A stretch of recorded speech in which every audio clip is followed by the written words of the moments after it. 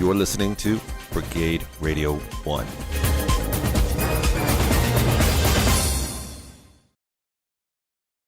From an undisclosed location here in Los Angeles, it's time for some combat radio. Today's episode is going to feature one of your favorites. He's in the Rock and Roll Hall of Fame. He's also the co-founder of Chicago, Danny Seraphine. If you like that, you're going to like this, because we'll be auctioning off a signed Danny Seraphine Remo drumhead. That's going to be part of an auction that's going to feature all kinds of awesome hardware from us to help social services. It's got signed guitars from the likes of Buddy Guy, Berlin, War, all kinds of great acts. It's got some Zoom experiences, some meet and greets, some Star Wars stuff, even a guitar lesson from Quiet Riot's Alex Grossi. So hit us up at the Combat Radio Twitter or the Brigade-Radio-One Twitter or the Facebook pages. The link will be there. You can get in on this action and help us help others while making yourself rad with all kinds of awesome signed memorabilia. All right, up next, Danny. Stand by. There he is. Look at that good-looking guy. How are you, Danny? Good looking? Who are you talking about? I'm talking about you, champ. Look at you. You look like a guy who's just played golf. Well, I did. You know, I have to admit, given the pandemic we're all dealing with, that was one of the cooler emails to get when you said, hey, look, I have a chance to play golf. Any way we can do this at 4 o'clock? And I was like, how cool is that? The guy can get out and get some therapy. Go do it, man. I was proud of you. I was like, go get it. Well, you know, it is a sport you can socially distance, really, and you get outside. And I mean, I think they've opened them up in California again, thank God, because you got to have something. Because yeah, and you know better than me, because you guys from what I understand, is your lockdown has been extended to July. Is that right, or is it June? Yeah, I've heard different reports on that. They're definitely extending the lockdown, but I think they're going to ease restrictions elsewhere just to try to keep the sanity level. They have to. They have to. Well, one thing I think we all miss is the opportunity to broadcast or witness live productions and be in a live environment. Like, you were one of the last artists I talked to before the coffin lid shut on us. Right, I know. And literally, we were planning to do some things, and then all of a sudden, they're like, well, guess what? Everyone's staying home. And who would have thought? It just seems like yesterday we were at Universal Studios together having a conversation, and then bang. It's like a nightmare that doesn't end. It's really pretty sad. And then, but you know, we're into it. We have no choice. We've got to deal with it. We got to be smart. And I think it's time for everybody to start opening it up a little bit. They have to. Yeah. Because all these small businesses are going to go under, and they have to find a way. You got to find a way else to get live music back going. You got places like all the Canyon clubs and all Lance's places that they need to open them up again. Say we got to find a way to do it socially distance. Not easy. Well, how do you get an 8-piece? How do you socially distance an 8-piece band? It's hard, but I know they're actually discussing this every day and strategizing. And if you want me to take you behind like the curtain on the Wizard of Oz here, I'll tell you what I've witnessed between a friend of mine who works for the governor and the Canyon Club, where you're a regular. You're actually one of the best shows, I think, that comes through the Canyon Club. But thank you. It's the truth, brother. If you haven't, and we'll hammer this home in a minute, but if you haven't seen Danny Seraphine's band now play the hits and have fun, then you're missing out. You might as well crawl under a rock, but we'll get back to that. I've talked to the Canyon. The Canyon wanted to open up this month, and one of the things they said was Disney is such a juggernaut in the state that they're actually going to be the pace car. However Disney opens up and what they put into play for safety practices is what everyone else is going to do. And what they're thinking about doing, and what I've even heard mentioned, was a good friend of ours, Johnny Vatos, said that they were going to play 2 abridged shows a night with social distancing. So there wouldn't be anyone at the table at your left or your right. You'd have basically half the house. You do like a 45-minute concert and then another 45-minute concert. Just things they're discussing, but they definitely have their head around. Two shows a night, Yeah. But I mean, it can be an hour. I mean, I can play for 2 hours, easy. Well, you're a machine, brother, and I'm an old machine, but I'm a machine. Yeah, I got a question about you online, actually, that maybe you can answer. It's well known that you kind of racked your drums for a time, and then you got back into it for the very reason you seemed to rack it. Like, your emotions depended on it at the time. Yeah. How long did it take you, after your hiatus to get up to speed as a drummer, would you say? 6 months, a year. Yeah. Took a long time. I mean, I came back and I was good, but yeah, it took to get back up to. Well, you never get back up to where you are, but I was like an older pitcher who replaced his fastball with a wicked slider, you know. And with age, you're smarter, hopefully, and you use your whatever you have wisely, you know, and with more taste. So I think in many ways I'm a better drummer. I really do than I was. I mean, yeah, there's some of the blazing speed that I don't have, but I still have a good amount of facility and endurance, and it keeps. What I love about it is it really forces me to stay in shape, because if I still want to play, I have to be in shape. I can't, and if I want to keep playing, I'm going to have to keep staying in shape for as long and kind of delay the clock. I'm 71, and you know, so I'm basically a 71-year-old athlete. So. Yeah. Well, the drumming itself might be delaying the clock. Look, I'm only rock star adjacent. I don't know anything about drumming, but I heard Bono defend Pavarotti once when he was getting some flack about his voice not being able to work when he was old. And Bono described it as like that. The fact that he's old is what makes him such a great singer, that through his voice comes all the experiences and wisdom. It's not a perfect voice anymore, but it's imperfect in all its magic. And I remember thinking, I wonder if that's true with drummers. Yeah, I mean, I think there's a certain amount of savvy and knowledge that takes over when I play that the younger guys just don't have, and they will if they can stand the test of time, and so yes, there's things that are imperfect about my playing, but they almost make my playing better, if you know what I mean. Yeah. You know, one of the stories we talked about last time we got together was you working before you opened for Hendrix, and Hendrix walking backstage and calling you guys motherfuckers. But I was wondering if you had a couple of magic moments from your time on the drum kit that just stand out as like, you know, I never thought that would happen, but I have definitely arrived. Give me a moment where Danny Seraphine walks around and goes, you know, Catholic school was a long time ago, baby. There's a couple of them. One, I was 17, and I played my first road gig in Pittsburgh, you know, from Chicago, right? We'd driven from Chicago. And it was like I just joined the band with Walt and Terry. It was the precursor to Chicago. It was a horn band. It was Dick Clark's road band. And I got the flu. So I had like a high fever. It was surreal. But I remember backing up Chuck Berry at 17. And it was like, and it was scary because I'd never really done anything that big. That, you know, it was sold out. It was 15,000 people. And it was a huge show. It was the Four Seasons and Chuck Berry, Little Anthony and the Imperials, Mitch Ryder and the Detroit Wheels, the Yardbirds. It was crazy. And in those days, it was a Dick Clark show.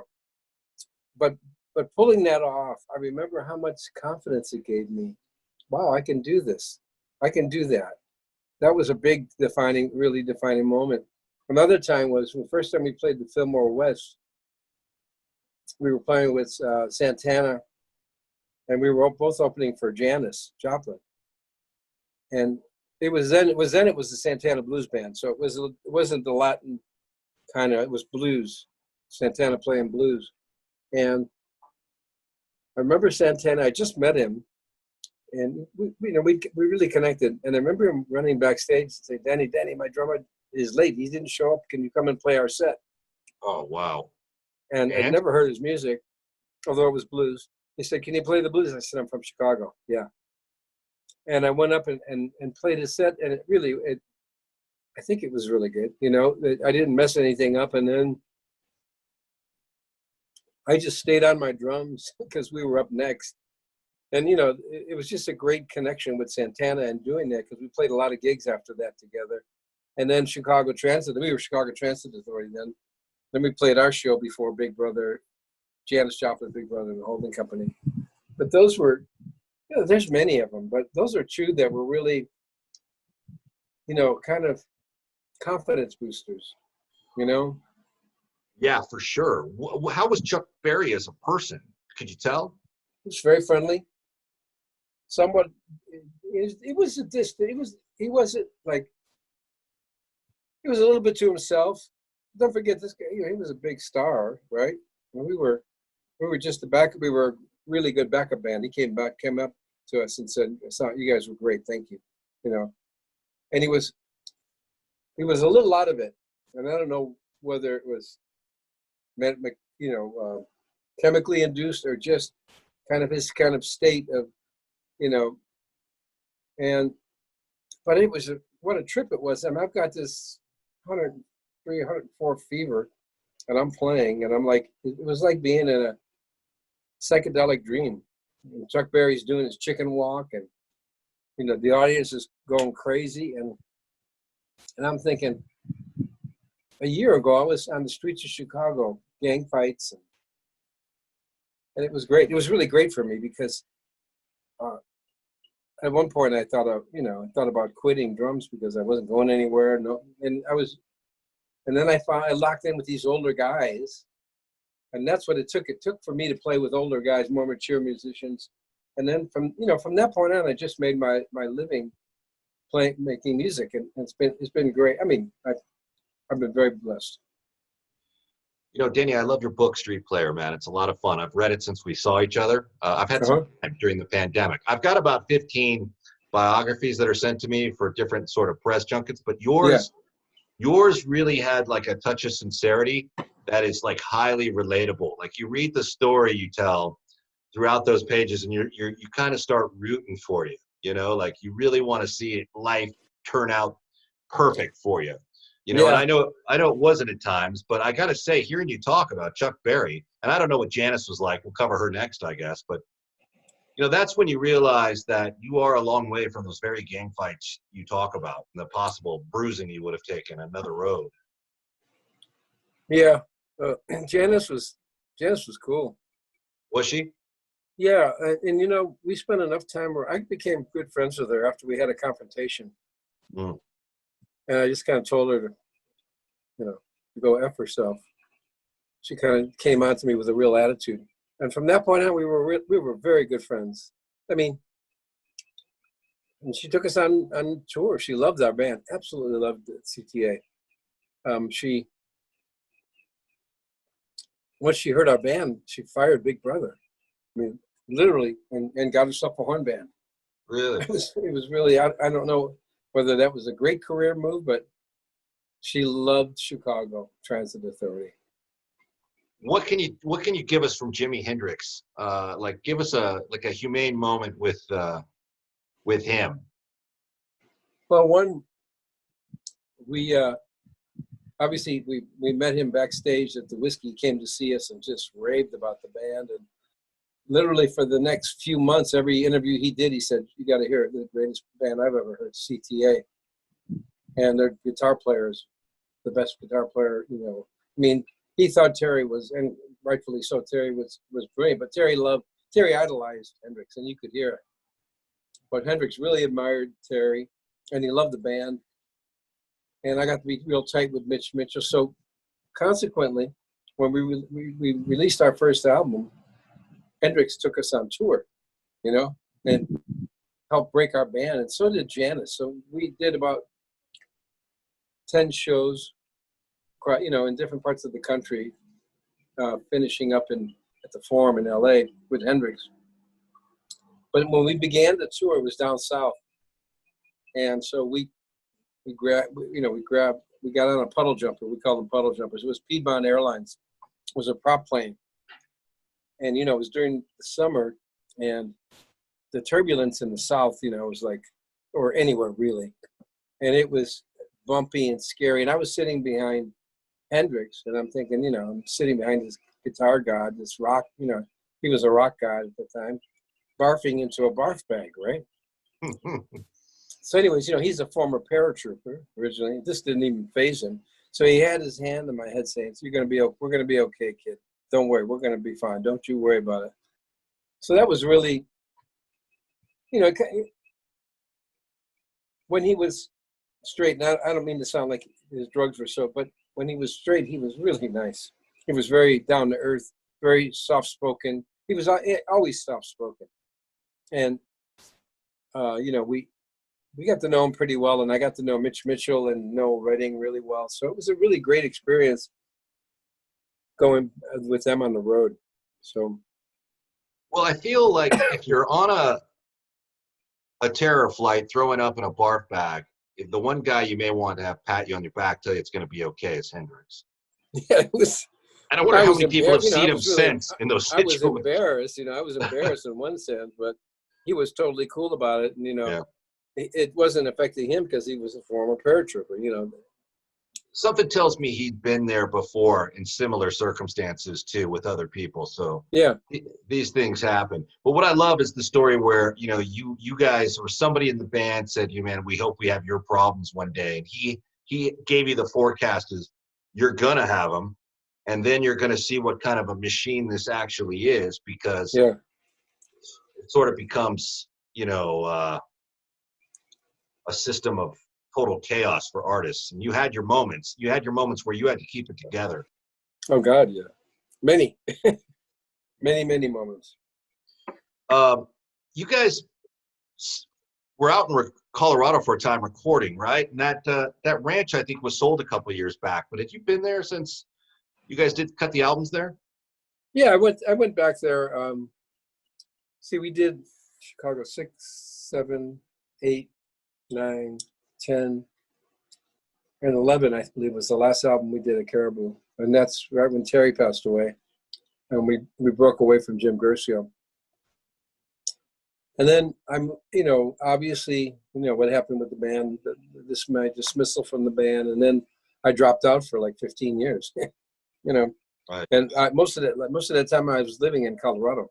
So, yeah, I'd gone up.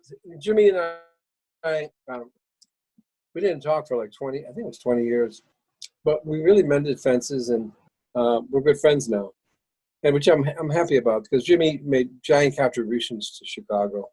We made giant contributions to him too.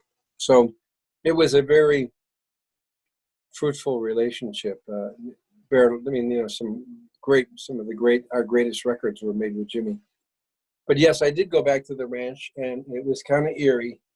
He had left all the cabins exactly the same as they were when the band left. The day the band left, he didn't change a thing. It was pretty eerie, and it broke his heart. You know, but it's, you know, that's a long story, and it's in my book. Yeah, the book. Go ahead. In fair detail, but you know, Jimmy. What I tell people is, if it wasn't for Jim Guercio, there wouldn't have been Chicago. You know, we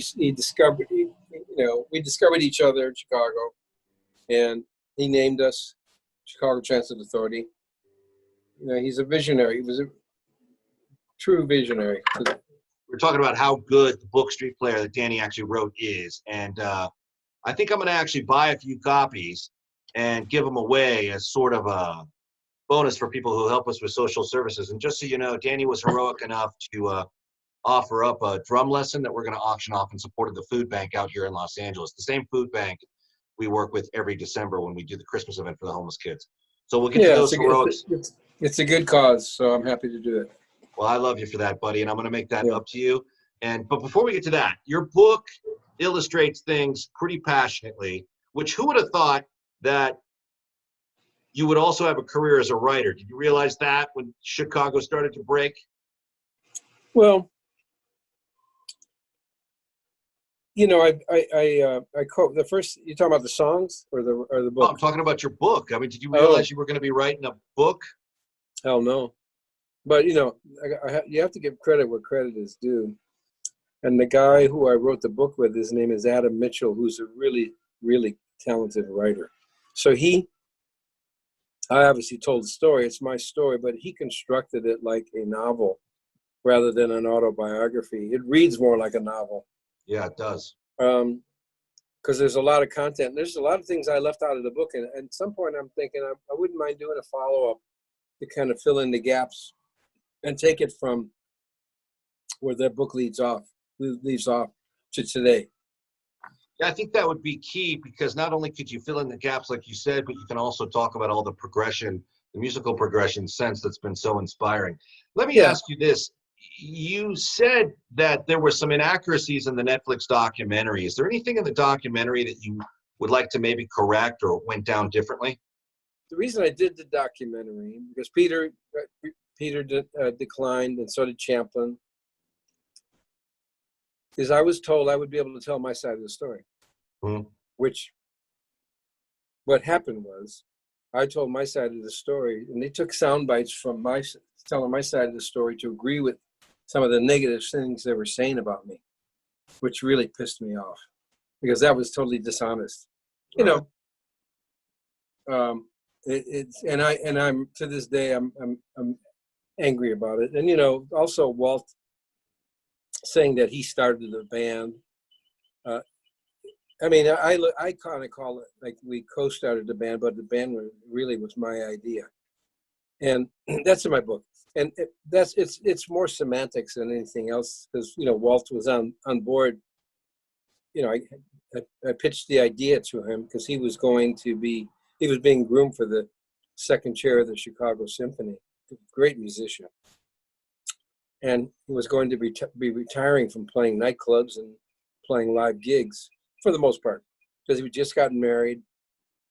And so when I pitched the band, I said, let's do this. I don't want to lose, because at that point Terry was going out to the West Coast to play bass with a band that Jim Gersio had signed called, their name in Chicago was the Rovenkind. Great band, great rock band, cover band. And he changed their name to Illinois Speed Press. And Terry was supposed to play bass, because Terry played bass in the two bands that I was in prior to Chicago with me. Fabulous bass player. I mean, and Walt and I knew how good of a guitarist Terry was. So I pretty much leaned on Walt and said, hey, let's put an all-star band together, a horn band. We had missed playing with a horn band, because the first band I was in with them was a horn band. And let's just really go for it, try to find guys that are completely committed to it, and the best guys in the city. And he thought about it, came back and said, yeah, talked to Jacqueline, she's totally supportive. And yeah, man, I because we were so close, I said, I'd miss not playing with you. And so Walt was on board, and then we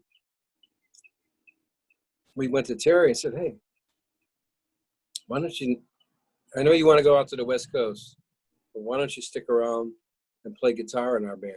Because we knew how great he was, like a closet guitar player, and and he thought about it for, I think, so let me think about it. So he thought about it for maybe 10 minutes. He came back and said, yeah, I'm in. I don't want to go, So he passed up an opportunity to go out to the West Coast, which is what he really wanted to do because of the hippie thing and the whole drug, sex, and rock and roll was, the free love thing. It wasn't really drug, sex, and rock and roll at that point. So that was really the nucleus. And, Walt and I were, I describe myself as a co-founder of the band, which is fine with me. But in the documentary says, well, when I decided to do the band and I picked out all the best players, that really pissed me off too. There's a few things in there, and then they go into that bullshit about not knowing where one was, when I was playing there, and it was totally scripted, totally their manager totally told them to say it. They totally dictated it so they could discredit me and rationalize why they fired me. So my whole thing was, guys, you were so messed up on drugs and booze, you didn't know where 2, 3, and 4 were either.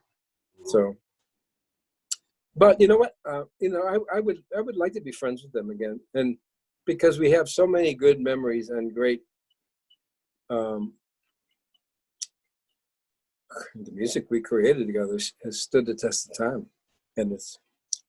Now, on the day you left, on the day you were liberated, to the time you were inducted into the Rock and Roll Hall of Fame. Had you seen anyone from the band in between those two events? Well, yes. Chance meetings. Yeah. And how did those go? Well, actually, not, I mean, you know, I used to be, don't forget, they used to be like brothers to me. We used to be like brothers. So I ran into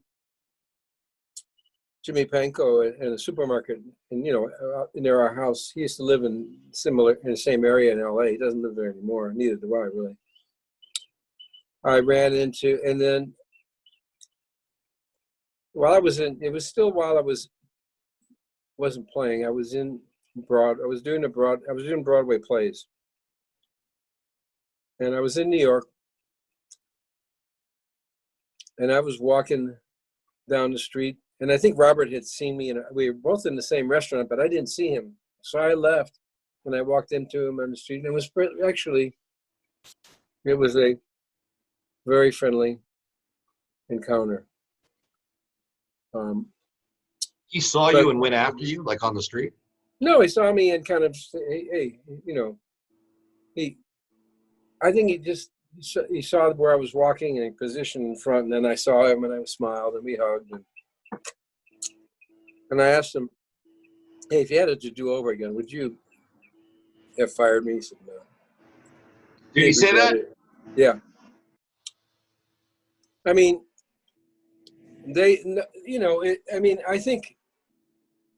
I don't think that they have never been the same since I left the band. The spirit of the band. Like, you know, when you lose guys, the original guys, and losing Peter, I mean, they were good. They're still good, and they're still good. I mean, you know, but there isn't a drummer on earth that plays the music like I do. There really isn't, and nobody, and there isn't anybody I think can, because I kind of invented those parts. I lived them. I bled them. They were my heart and soul. So. You know, the guys that play it certainly are really fine musicians and really good drummers, but they just don't play the jazz rock thing like I do. Well, nobody does, brother. But what's interesting about what you're saying is to actually take it up a notch to the Rock and Roll Hall of Fame, I loved your speech. I know you said your speech might have actually upset some of the other band members, but I thought that speech, they were pissed. Oh, they were pissed. I can't understand it. I thought that speech was so genuine and so loaded with love and excitement. And I think I even sent you a text, because after you said that, I went back and watched it. And I said, this is actually one of the best, most organic, emotionally driven speeches I've heard from anyone who's gone into this institution. And I think I sent you a text. It was real. I became unhinged. But the thing is that they couldn't really hear what I was saying. All they could hear was the audience response. And I think it pissed them off, because it was a much bigger response than they got, because mine was just honest. And of course I said, fuck 10 times. I don't know if you know, and every time the audience went like, you know, and I just, at one point when I said it the first time, I kind of said to myself, did I just say that? Well, look, you're not the first person to say it at the hall, and you're not the first rock and roll legend to use it. So yeah, they don't tell you to. But they say, be genuine. We want you to be genuine. They wanted us to write out our speeches, and everybody. Steve Miller wrote his out. Those guys wrote, and I thought, I didn't really think about my speech until Rob Thomas was inducted us, when he said, you know, everybody thinks this is your mom's band, and he said, you know what, this is a badass rock band in the early days, especially, and if that's your mom's band, I want to date her. And I thought, you know what? I'm going to base my speech on the grit of the band. And I talked about Peter getting his jaw broken at Dodger Stadium and having his mouth wired shut, and touring for 6 or 8 weeks with his mouth wired shut, and Robert breaking his leg, you know, before a show. It was going to the basket. I kind of made a joke of it. And I said, Robert, white men can't dunk. And, you know, I think he took offense to it. And Peter took a little bit of offense, because I said to Peter, you know, Peter, bad idea. You get in a fight with 3 Marines. It's not that he wanted to. They kind of instigated him, and he was just kind of sticking up for himself, and they beat the crap out of him. Well, it's a good demonstration of durability and But devotion. it just showed how badass the band was. And when you see commitment like that, I mean, it went across the board. There's times I've been sick. There's times that I performed with broken fingers and a broken foot. And, the show must go on. We were old school that way, and I mean, I remember Peter doing a tour in Europe, and really was sick and he could hardly sing, and he still did it. He didn't cancel shows, and he was missing notes. I mean, he was like, and you could see the audience just bleeding. Really, the audience loved him for it. So Oh, go ahead. I'm sorry. That's the sign of true commitment. When was the last time you talked to Peter? Well, we text quite a bit. We're kind of good friends from a distance. It's probably been 6 months since I actually talked to him, but in the process of that, we've texted a few times, joking. Can you believe what's going on? Blah blah blah. Or, do you remember this? But we're good friends from a distance. This is the best way to describe our friendship, which is not the way I'd like it, but that's Peter. So, the Rock and Roll Hall of Fame is my last touch on this. Is you make a speech, it's online for everyone to see. Very, very genuine.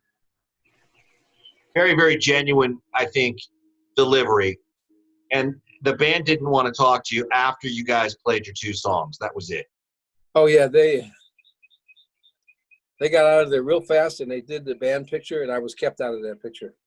You weren't allowed to even in the photograph? Which I thought was really chicken shit. How do they do that? Now, how do you guys get together for the picture, and how do they keep you out? Well, their publicist and their manager.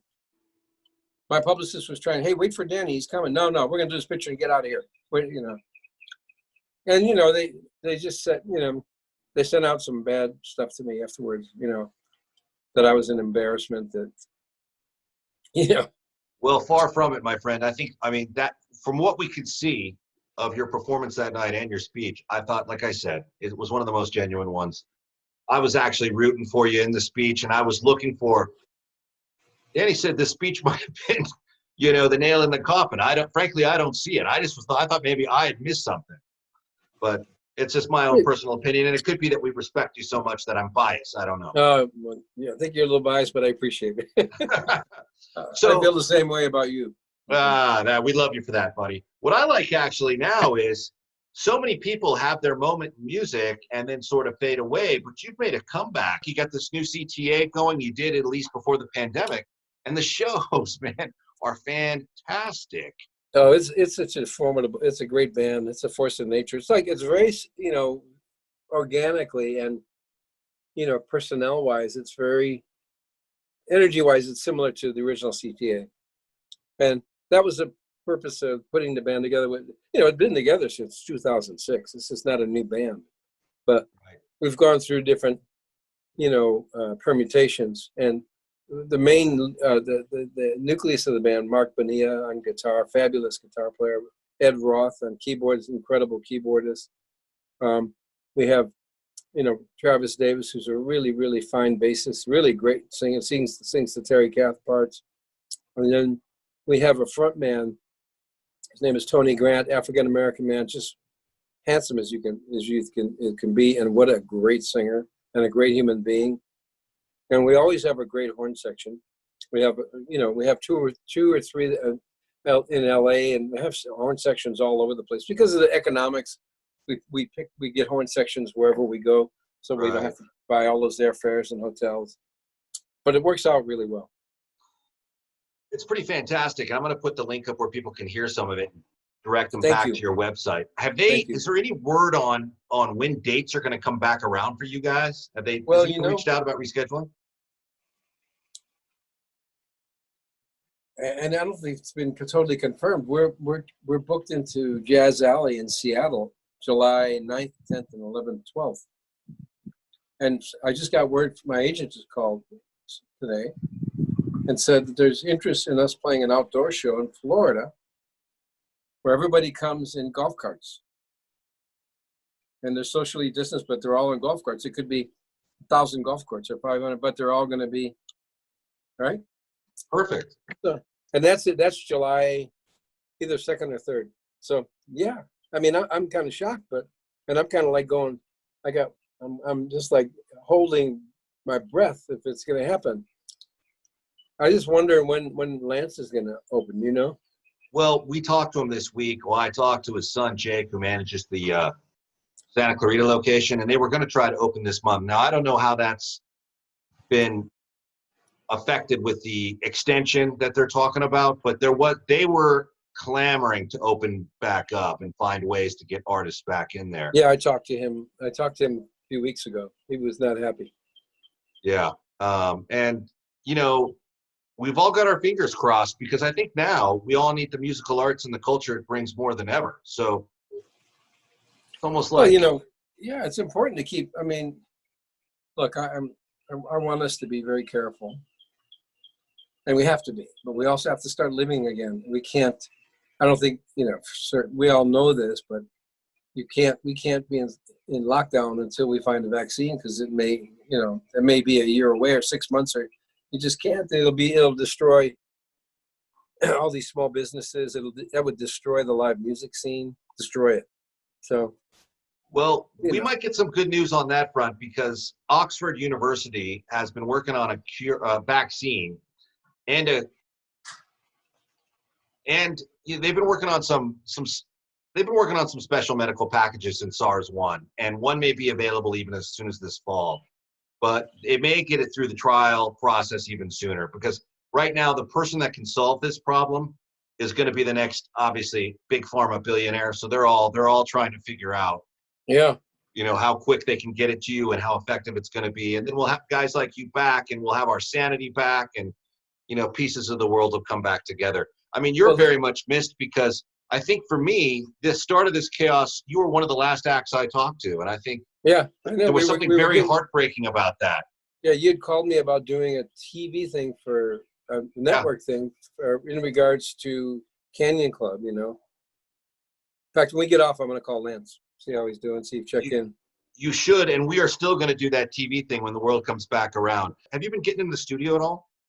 No, well, no, because I'm in Vegas, they're in LA. And, you know, it would be nice to do something, you know, wherever I'm in where my drums, and I don't know how hard is that to do, live broadcast like that. It's got to be pretty difficult. Where Mark's in the studio in Canoga Park, Ed's in Glendale, Travis is in, you know, rather than everybody in one room. How hard is that? It's not too difficult now. You got an iPhone. You know who's actually put the blueprint in place for that? Sammy Hagar in the Circle. I'll send you something to look at, and then if you want, I can circle back maybe with a technician or two from our home base at Universal Studios and figure out or walk you through how to execute that. How expensive is it? It's not bad at all. In fact, a lot of times, yeah, it's not bad at all. That'd be good for the band, and this way people could hear it. I mean, Chicago did one, but they play with tracks now. I don't know if you know that. But a lot of people do. A lot of people play with tracks, which I absolutely hate. I absolutely hate that all these bands are playing with tracks. I think it's so dishonest, but that's me. I'm old school. I'm a dinosaur, but I just think live performance is live performance, you know. That's the argument now, right? That's the issue, where certain acts now are actually advertising their tours, or were prior to the pandemic, that 100% live as a bonus feature to buying the tickets. No tracks, none of that. You know, really? Got these, like who? Do you know who? Can you? I should be able to tell you, but it's you wouldn't be surprised at who's going without tracks and who uses tracks. I mean, everyone now knows about Kiss and some of the older acts that are now, you know, they got a laptop up there and whatever they need to execute a show. And look, some people don't care. I think they were last to do it. There's other bands that have been doing it for years, you know? You know, who did it first? Do you know? That's a fun trivia question. I would think Earth, Wind & Fire was one of the first. I mean, Really? to do it really on a large scale, you know, I understand they're more of a dance. They do a lot, not that they're musical, but there's a lot of dancing and choreography. Listen, the problem is it's like the steroid era in baseball. in order to compete. Baseball, other players who didn't do steroids had to. Mhm. You know, they couldn't compete with the guys that were doing steroids. And so it's kind of a domino effect, is that these bands, let's just say that they're playing on the same bill, and one of the bands is playing with tracks for the background vocals, and the other band isn't. Well, the other band's going to kind of sound anemic in some ways, even though it's real live and there's some mistakes, and the other band sounds perfect.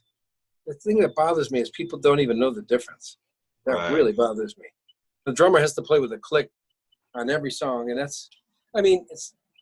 takes any spontaneity away from the drums and the band and the rhythm section. Certain kinds of music, I get it, but I still don't think it's right. Have you ever had one of those moments playing live where you were kind of blown away by someone's perception of your skill set? You ever had anyone like walk up to you who took up the drums because of your performance, or somebody who was already a well-recognized musician who sort of reshaped his thinking about music because of your performance? Yeah, I meet a lot of guys like that, and Yeah. not a lot. I mean, I meet quite a few people. Some of them are famous, and I'm always very just like humble and grateful. I think that's as good a compliment as you can pay to anybody. And I certainly am grateful when I hear somebody say, "Well, I started to play because of you," or, I stole so many of your licks, and it's a great thing, And there's been some great drummers who have told me that, and I'm very flattered. So. Is that a thing? Do people actually steal other drummers' licks? No. We say that as a compliment, And what I say to them is, I want to steal some of yours now, Well, the DePaul University of Music is now the School of Law, which may tell us a little bit about the direction we're going in. It's not it's being helped along by a pandemic. Seems like we need music more than ever and the culture it brings, and it seems like everywhere you look, it's being phased out. But one day, this pandemic will end, and we'll get back to what's what and what's important. And I hope. Yeah, I agree. Looking forward to it. Yeah. I mean, we're going to find out who's who. Put it that way. Yeah, but I'm real intrigued about what you said about bands advertising live, no tracks, and that's pretty amazing. I'll get back to you on that. We can circle back and have another part 2 discussion to this, more about the book, because I love the book you wrote, Street Fighter. Or Street Player, excuse me. No, Street Fighter. Okay. Well, that's you. Yeah, Street Fighter, that's my mood most days. But no, Street Player, it's a brilliant book, and I would like to get into it more when we have more time. I think you should get on the golf course as much as possible while this. I have been, trust me. My golf game is, and the bad part is I am getting better in some ways, but golf is a tough game. I just love it. So it's a great escape, and it feels good. And the weather in Vegas is really nice, right? It's beautiful right now, and it's about to get June starts to 100 degrees in July and August. So I'm going to be getting out of Vegas. My wife and I, we're going to find ways to get out, come to LA, go to maybe. I hope we can get into Canada because she's got family there. So. Well, if you come to LA, we got you covered, man. And I got to say, that was one of the best emails I got this morning when you were apologetic, saying, "Look, I got a chance to play golf." I'm like, "Oh, this guy just won for all of us." I don't even play golf, and I'm envious. Yeah. Well, it's really the only thing. They closed it down for 4 weeks, and I was going, "Oh my God." It was hard. You and I do a lot of work with the food bank. You've been good with our charity work, and you do a lot of your own charity work. Just let me know about the drum lesson. I will. I thank you for that. Hopefully you can raise some good money with it, okay? I hope so, man. Like I said, and I'll tell everyone here, the food bank we work with, every year we do a Christmas event for social services and homeless kids. We do a lot of adopting of shelters here in LA too, and the food bank we work with is closed most days because they can't supply it. They can't supply the families. In fact, you've probably heard that the food banks across the country have as much as like an 18-hour wait. Danny's gracious enough to get on board with some of our efforts and auction off a drum lesson, an online drum lesson. That's going to put some deals. Yeah. And you're a beautiful person for doing that. I would encourage everyone to read the book. It's nothing. Trust me, it's nothing. So you're all class. It's the least I can do. Well, that, brother, makes you a hero to us, and we have a lot of love for you. Get the book Street Player. Love back to you, my friend. Love back to you. Thank you, man. You know what? I'll tell you in closing, Danny, one thing people might want to do that could help them get them through this pandemic is go to your website and hear your music. Yeah. That takes a lot of the pain away and puts a lot of beauty back in our day. I hope so. That's what Yeah. it's all about. And that's what's the most gratifying thing about what I do is making people smile with the music, making them feel good, get good feelings from the music and inspiring them. So I'm Well, grateful. brother, we love you. We'll be where, you too. I love you too, Ethan. Thank you. likewise, man. You know, anything you need from us, you got it. Anything we can do for you, you got it. Is there anything in closing you need anyone to know?